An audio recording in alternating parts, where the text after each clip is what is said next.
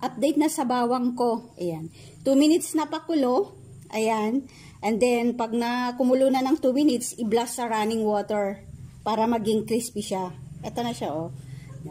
Masarap guys, kaya natin. Para sa mga high blood, para sa bloated dyan, tsaka may ubo. Lalo na sa may plema sa loob. Pwede ito guys. Tsaka maraming benefits na ibibigay ng bawang. Masarap to, masarap. Bale ito, 'di ba sa atin yung hilaw na luya, luya, na bawang, hindi natin kayang kainin. Pero ito, kahit 2, kahit 3, makapaadig pang kainin. Crispy siya, masarap talaga, kaya natin kainin. Ito guys, masarap talaga.